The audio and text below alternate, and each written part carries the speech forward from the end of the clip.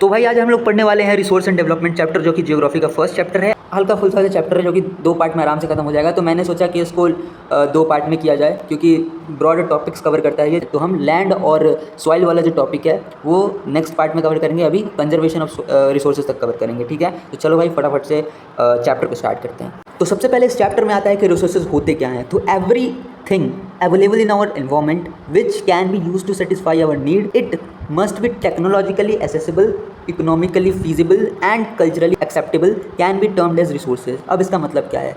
जो भी चीज़ हमारे सराउंडिंग में है, हमारे इन्वायरमेंट में है, जो कि हमारे नीड को सेटिस्फाई कर रहा है, जो कि हमारे काम आ रहा है बेसिकली, जो कि टेक्नोलॉजिकली एसेसिबल है, यानी उसको हम लोग टेक्नोलॉजी की मदद से एक्सट्रैक्ट कर सकते हैं, जो कि इकोनॉमिकली फीजिबल है, मतलब उसकी कॉस्टिंग हो कुछ, है ना, जो कि कल्चरली एक्सेप्टेबल है, यानी उसको जो हमारा सोसाइटी है वो एक्सेप्ट करे। जैसे हमने ज्वेलरी बनाया गोल्ड का, ठीक है, तो क्या वो टेक्नोलॉजिकली एसेसिबल है? बिल्कुल है। उसको हम लोग टेक्नोलॉजी की मदद से माइन वाइन से हम लोग एक्सट्रैक्ट करते हैं गोल्ड को, है ना। उसके बाद से क्या वो इकोनॉमिकली फिजिबल है? हाँ, तो भाई महंगा आता है, बिल्कुल आता है। अब क्या रिसोर्स जो है वो कल्चरली एक्सेप्टेबल है? तो बिल्कुल है भाई, क्योंकि कल्चर में गोल्ड की थोड़ी ज़्यादा वैल्यू है। मतलब सोसाइटी के जो लोग हैं वो गोल्ड को मतलब पसंद करते हैं पहनना, है ना। हाथ वाथ घड़ी बड़ी हार पहन लिया, ये वो, तो कल्चरली एक्सेप्टेबल है, तो उसे हम लोग रिसोर्स कहते हैं सिंपली, ठीक है।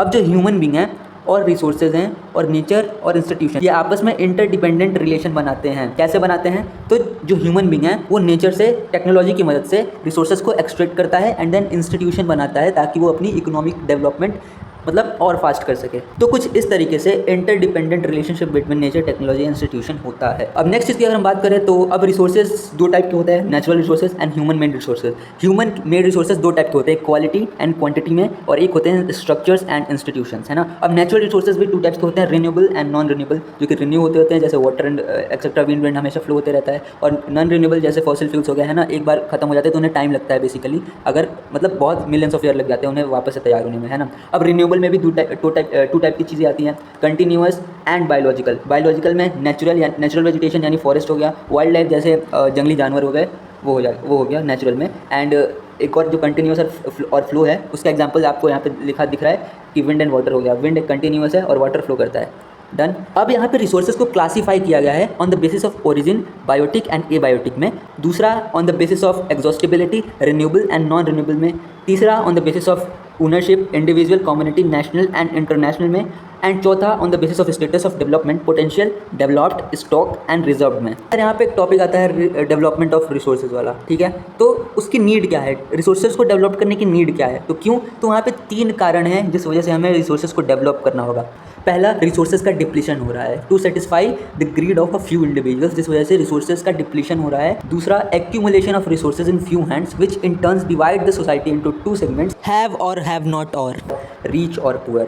इसका मतलब ये हो गया कि कुछ लोगों के पास इतना ज़्यादा रिसोर्सेज हो जा रहे हैं कि सोसाइटी ही डिवाइड हो जा रही है हैव्स और हैव नॉट्स में, यानी किन्हीं के पास है और किन्हीं के पास नहीं है, जिसका मतलब रिच एंड पुअर में, ठीक है। अब तीसरा नीड ये है कि वो इनडिस्क्रिमिनेट एक्सप्लॉयटेशन हो रहा है रिसोर्सेज का, वो ग्लोबल इकोलॉजिकल क्राइसिस में बदलते जा रहा है, यानी जो नेचुरल डिजास्टर्स होते हैं उनमें बदलते जा रहा है। तो इसीलिए therefore a proper development plan and resource planning is essential for sustainable existence of all forms of life. अब यहाँ पे नेक्स्ट टॉपिक आता है जो कि होता है सस्टेनेबल डेवलपमेंट का। सस्टेनेबल डेवलपमेंट क्या होता है? तो मैंने डेवलपमेंट चैप्टर में ये समझाया था कि सस्टेनेबल डेवलपमेंट का मतलब क्या होता है, लेकिन यहाँ पे एक बार फिर आया है तो मैं इसको फिर क्लियर कर दूँ कि सस्टेनेबल डेवलपमेंट का मतलब ये होता है कि development should take place in that way that will not compromise to the future generation and without damaging the environment, ठीक है। अब यहाँ पे सस्टेनेबल डेवलपमेंट को अचीव करने के लिए रियो डी जेनेरियो की अर्थ समिट होती है ब्राज़ील में 1992 में जून में, है ना।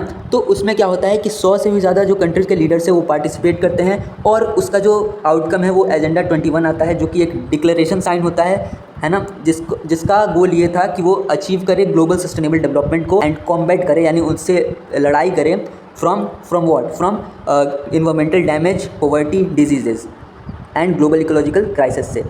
अब क्यों और कैसे, ठीक है। तो सबसे पहला, क्योंकि रिसोर्सेज का डिप्लीशन हो रहा था, है ना, therefore development of resources are required, है ना, वो तो सब चल ही रहा था। लेकिन अब ये होगा कैसे, ठीक है। तो ये इसके लिए ग्लोबल कॉर्पोरेशन और कॉमन इंटरेस्ट देखा जाएगा। इसका मतलब क्या है? इसका मतलब ये है कि जो लोकल गवर्नमेंट होगी वो अपना एजेंडा 21 बनाएगी ताकि हम लोग जल्दी से जल्दी ग्लोबल सस्टेनेबल डेवलपमेंट को अचीव कर सकें। अब यहाँ पे बात आती है रिसोर्स प्लानिंग की। तो रिसोर्स प्लानिंग क्यों ज़रूरी है? तो रिसोर्स प्लानिंग इसलिए ज़रूरी है ताकि रिसोर्सेज जो है वो अनइवनली डिस्ट्रीब्यूटेड हैं। क्यों? तो मान के चलो कि अरुणाचल प्रदेश के पास अबंडेंस ऑफ वाटर है, बहुत सारा पानी है, लेकिन वही राजस्थान में कम है।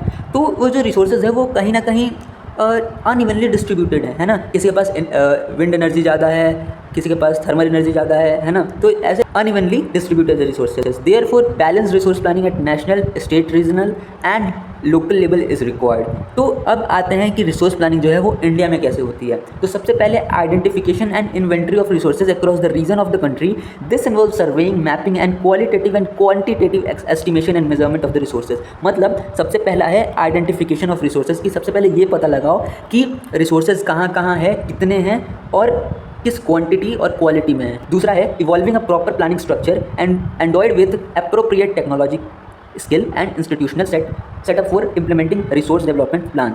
जिसका मतलब है कि इवॉल्व करें एक प्रॉपर प्लानिंग स्ट्रक्चर ताकि हम लोग रिसोर्सेज को एक्सट्रैक्ट कर सके उसके अप्रोप्रिएट टेक्नोलॉजी से। अब क्योंकि वो रिसोर्स अनइवनली डिस्ट्रीब्यूट है, तो वो सारे जगह जो है उसको डिस्ट्रीब्यूट करना होगा ताकि अनइवन डिस्ट्रीब्यूशन ना हो। तो उसी के लिए हम लोग मैच करेंगे रिसोर्सेज के डेवलपमेंट को with overall national development plan से, ताकि रिसोर्सेज का प्लानिंग अच्छे से हो सके और रिसोर्स का डेवलपमेंट अच्छे से हो सके। अब इसी चीज़ को ध्यान में रखने के लिए रिसोर्सेज का डेवलपमेंट होना ज़रूरी था, लेकिन अब ये इसकी नीड क्यों पड़ी? क्यों? क्योंकि रिसोर्सेज तो अनइवनली डिस्ट्रीब्यूटेड थे ताकि और साथ ही में उनका एक्सप्लॉयटेशन भी हो रहा था, एक्यूमुलेशन भी इन वन हैंड भी था, डिप्लीशन भी हो रहा था। लेकिन उससे पहले जो कॉलोनियल रूल था, है ना, उसमें जो अंग्रेज़ थे वो आए और दबा के एक्सप्लॉयटेशन किया रिसोर्सेज का, और जिसके वजह से हमें नीड पड़ी कंजर्वेशन ऑफ रिसोर्सेज का, यानी रिसोर्सेज को प्रोटेक्ट करके रखने का। महात्मा गांधी का एक मतलब बेस्ट लाइन यहाँ पे है कि there is enough for everybody's need but not for anybody's greed. मतलब सबकी ज़रूरत के लिए तो पर्याप्त है, लेकिन किसी के ग्रीड के लिए पर्याप्त नहीं है। ठीक है, अब इसी आइडिया को वर्ल्ड वाइड स्प्रेड किया गया, है ना। इंटरनेशनल लेवल पे आप देखोगे तो क्लब ऑफ रोम जो है वो रिसोर्स कंजर्वेशन को फर्स्ट टाइम एडवोकेट करते हैं इन मोर सिस्टमेटिक वे 1968 में। वही 5-6 साल बाद 1974 में गांधीयन फिलोसफी लॉन्च होती है, जो कि एस्चुमाचर अपने बुक स्मॉल इज ब्यूटीफुल में एडवोकेट करते हैं। उसके बाद धीरे धीरे ग्लोबल लेवल पे ब्रूटलैंड कमीशन रिपोर्ट आता है 1987 में, है ना। वो भी सस्टेनेबल डेवलपमेंट को ही एडवोकेट करता है, जिसका मतलब रिसोर्स कंजर्वेशन हो सके, रिसोर्स प्लानिंग को देखा जा सके, रिसोर्स के डेवलपमेंट को देखा जा सके, है ना। फिर धीरे धीरे एक बुक पब्लिश होती है जिसका नाम होता है और कॉमन फ्यूचर। इसमें भी हमें सस्टेनेबल डेवलपमेंट के बारे में ही बताया जाता है कि हम लोग क्रोनोलॉजिकली चल रहे हैं। तो भाई अब 1992 में एक और बड़ा कंट्रीब्यूशन यहाँ पे देखने को मिलता है, जो कि होता है Earth Summit of Rio de Janeiro Brazil में 1992 में। तो यहाँ पे हमारा पार्ट 1 खत्म होता है, एंड अगले पार्ट में हम लोग लैंड एंड सॉइल रिसोर्सेज खत्म करेंगे और वहाँ पे पूरा चैप्टर हमारा खत्म हो जाएगा। तो that's it in the video, and हम लोग मिलते हैं नेक्स्ट वीडियो में। तब तक ये कमेंट करके बताओ कि भाई मेरी पढ़ाई समझ में आ रही है या फिर नहीं। बाकी मिलते हैं हम लोग अगले पार्ट में। चलते हैं, take care and bye bye.